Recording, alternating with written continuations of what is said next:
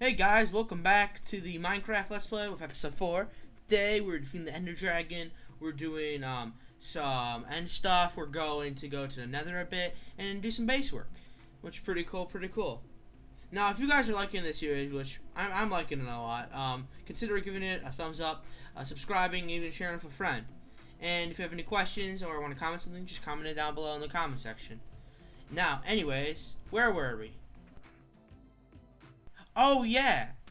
I finally entered the end, and when I did, I spawned inside the island instead of outside, which was already a good sign.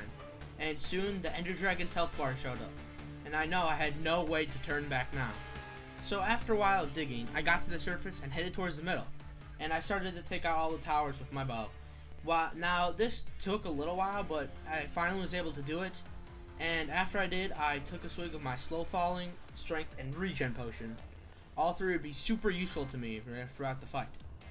And after that, I just started slashing and hacking at the Ender Dragon, and it was going pretty good. And then I finally did the final blow, which killed it and meant I won.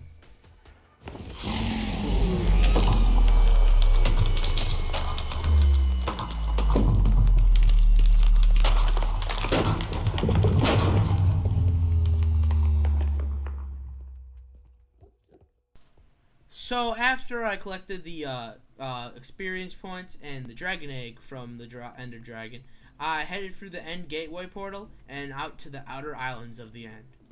Now, to give a bit of context, the outer end islands are really far apart from each other, at least in a player standpoint, and you have to make massive bridges just towards them, and one mistake in shifting can end your life and lose all your items in the void. So, to be really careful, instead of doing it the fast shift way, I did it the slow one, just going backwards, just to be a little bit more safe. And after a while, I found my first end city, which didn't have a boat, so I was a little bit disappointed, but what can you do? It was an end city. So after I raided and killed those 3 shulkers in the end city, I went on, and as you can kind of see and saw earlier, there was another end city on the island across the void, which was good and bad. Good because a new island or city, and bad because it's kind of far away. My solution to this was just to go all the way around and circle onto the other island. But as you can see now, I had to bridge over because there was no way to connect me to the other island. So I just collected some end stone and I killed an enderman for an ender pearl and pearled over.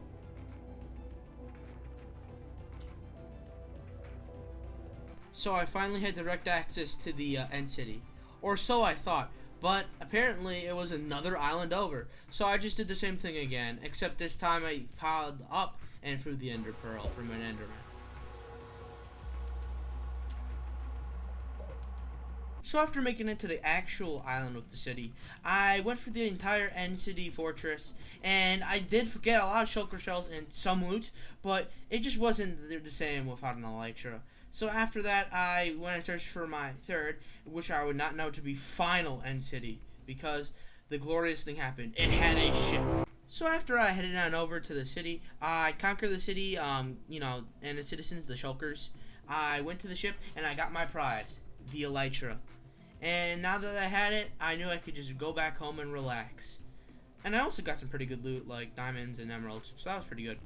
So I then used my elytra to soar over to a bonus little end city I found, which I raided and got some items from. And then I walked a bit and found an end portal and went through it and went all the way back home. So after coming back, I started to work on my house again by first building the roof frame. Then I built the wooden part of the roof, and finally I built the inner walls where the roof went over. And it looked pretty good in the end, in my opinion. So after finishing the that portion of the house, I went to the nether and raided 2 bastion remnants, but I forgot to record that, and I feel bad about it, so I thought why not go and do more of it, but actually record this time. So I got my warp fungi on a stick, I went to the warp forest, and I got a strider and rode to another bastion. And let's just say it was a lot of fun, and it was my first time doing it in survival, so I would definitely recommend using striders. What I didn't know is that there is literally another bastion right around the corner. So I got there pretty quickly, and I put the strider off to the side, and he was looking a little cold, and I did feel a little sad. but I knew that he had to wait here, otherwise I didn't have a ride home. So this was a pretty big bastion, and it even turned out to be the treasure room one because it had a lot of gold blocks and treasure in the middle. So I found another way to the top since I wanted to do it from top down, just cause.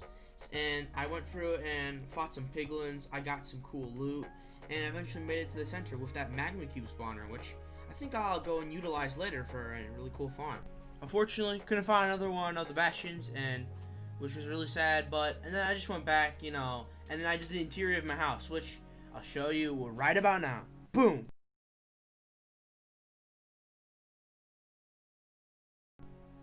So, what do you guys think? Yeah, I know. Okay, it's still work in progress. But what I got done on it was pretty good. I got the roofs done it. I got the other part of the roofs done. I got all of the roofs done. Epic. But yeah, no, I got a decent amount of the interior done, which was about like some of the kitchen, some of the entrance. That's about it. It's really more about the outside, to be honest. So guys, I regret to say that I kind of have a confession to make. It's been about 3 weeks since I've last uploaded a video, and while I was doing that, I had a lot of work to do, but not enough to where I couldn't play. So I got a lot of progress done, and I mean a lot. And as you can maybe see by the golden carrots and iron, yeah, that's definitely a lot of progress.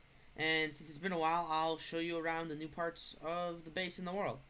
So here we go. Okay, guys. Well, since it's getting dark, before we do the tour, I think I'm gonna go take a little nap in my house. And yeah, I completely finished the inside. As you can see, now we have the toilet area with a nice thing to watch while you're doing your business. We got the entrance, entrance lectern, which probably will say like the name of the family in the area where it's in. We have the combat area, and I just put some extra protection 3 books in because I have something interesting to show you. And hold on one sec. There we go. And now we have a gold armor here, since nether update. Gold armor is pretty useful. I like to keep it.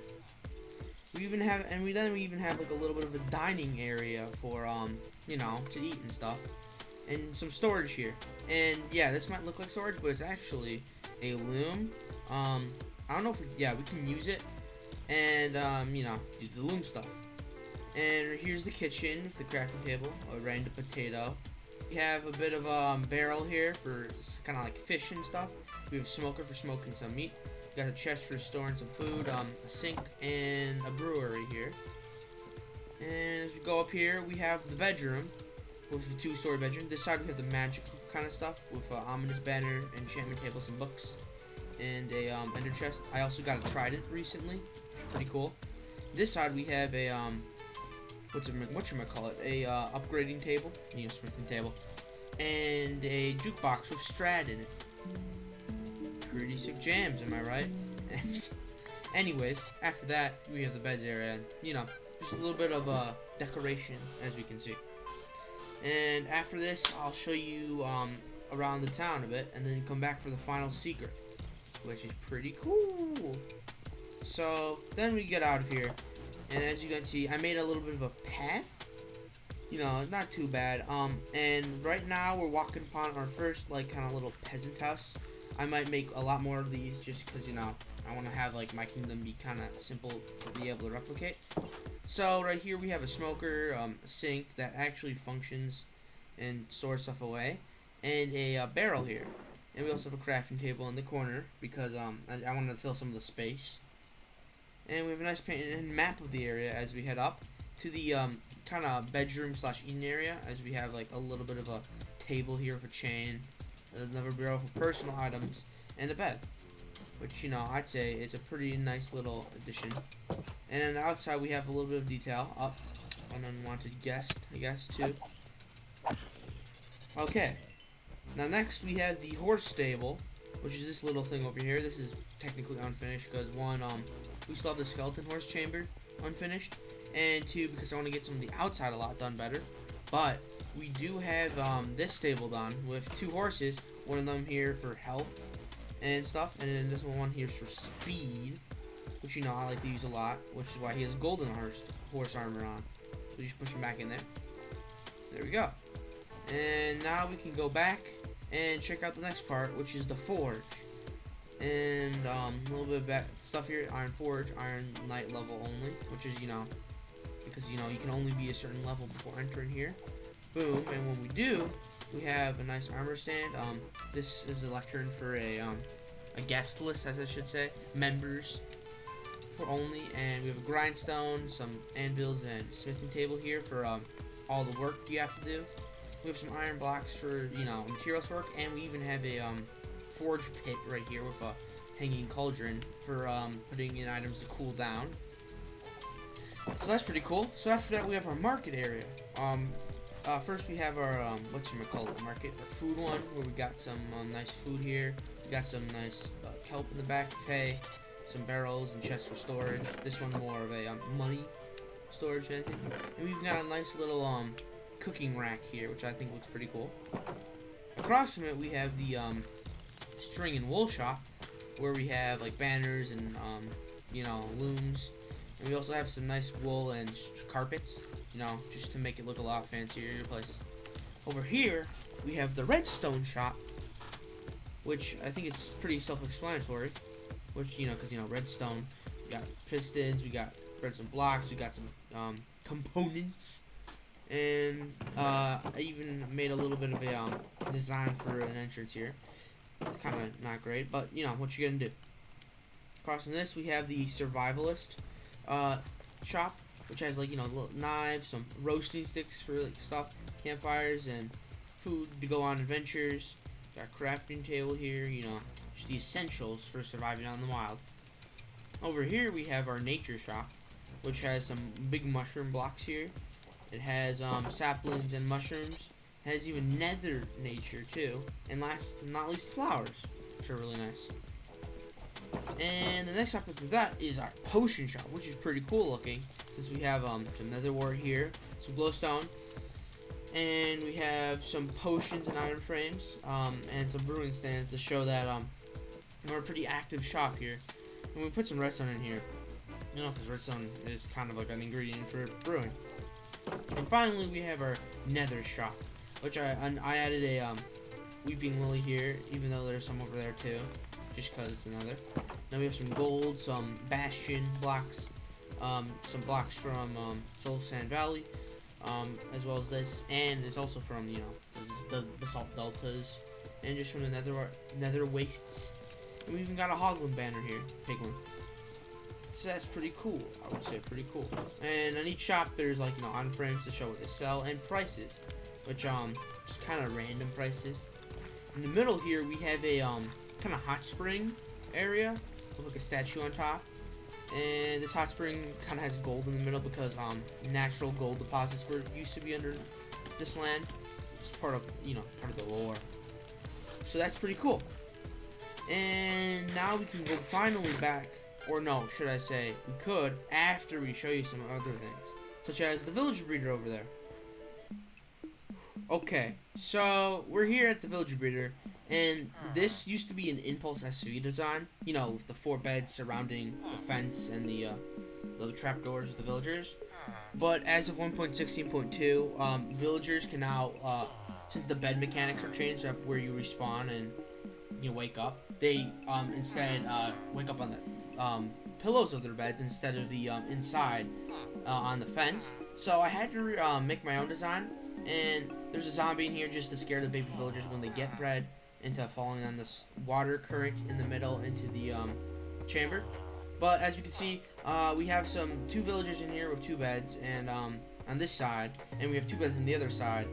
And since there's trapdoors right here, the baby villagers can pathfind to these beds right here, making this a valid villager breeder. And once you give them bread, which I could just do by flipping the switch over there, they will start to breed and will produce a child. And as I explained, they'll fall down the river into the pit until they grow up. In which I transport them over to my secret dungeon area, which I'll show you soon. But first, I transported 4 of them over to that over there.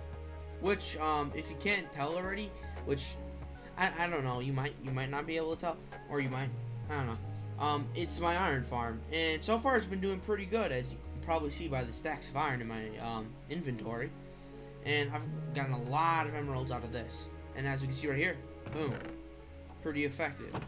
And this design right here, it just has a big cage on the top with water and lava, which is where the golems spawn. It has a villager holding chambers here. I have 4 of them just so they can actually spawn the golem. I have a etho hopper clock hooked up to a piston that pushes up a zombie that will spawn the golem, you know, just so I can have like a programmable time set if I wanted to. And I also have a collection / dispersion chamber for the iron golem drops down in there. And finally, we have the wake up system, which since villagers sleep at night, I don't know if they spawn. I don't think they spawn golems when they're sleeping. This keeps them awake at night so they can spawn golems, which is either a neat little trick I found, or it's not really necessary at all. But you know, I had it just to be safe, which is pretty cool.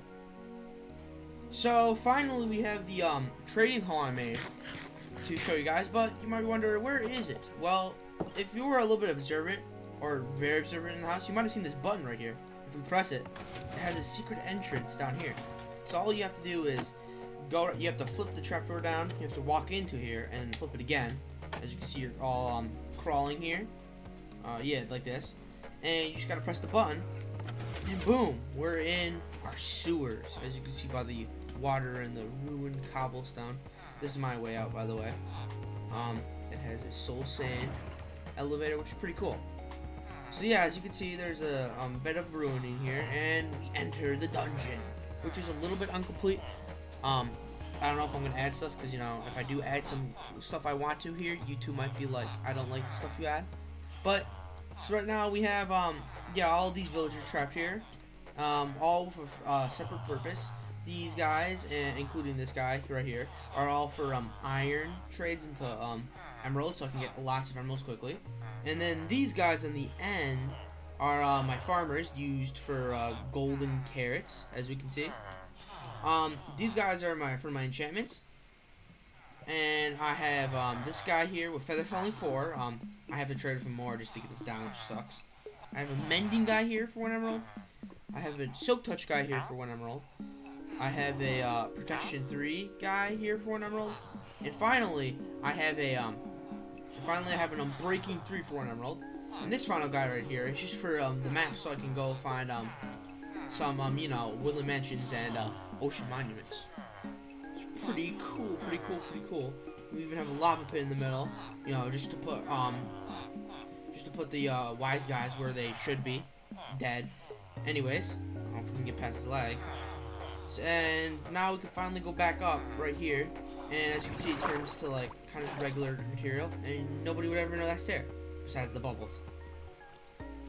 So yeah, that's what I've been doing for the past couple weeks. As I said, the reason I haven't been uploading, one, I have a class for programming that I signed up for, and I've been putting a lot of time into, but it's been going pretty good so far. I've also just kind of just been a little bit of burnout from YouTube, which, I don't know, a couple months in, I already burned out. Well, I'm still working on that. And finally, I just had other stuff in my personal life I wanted to do. So, yeah. Anyways, guys, I hope you enjoyed this episode. And as I said before, yeah, another reason also, just because I kind of want to work more on, like, this world and stuff. And I might even start streaming one day. The progress of the world, if enough people will show support for that and really want to see that. But yeah, so yeah, that's episode 4, and I hope you guys enjoyed, and I'll see you guys in the next video. Bye bye.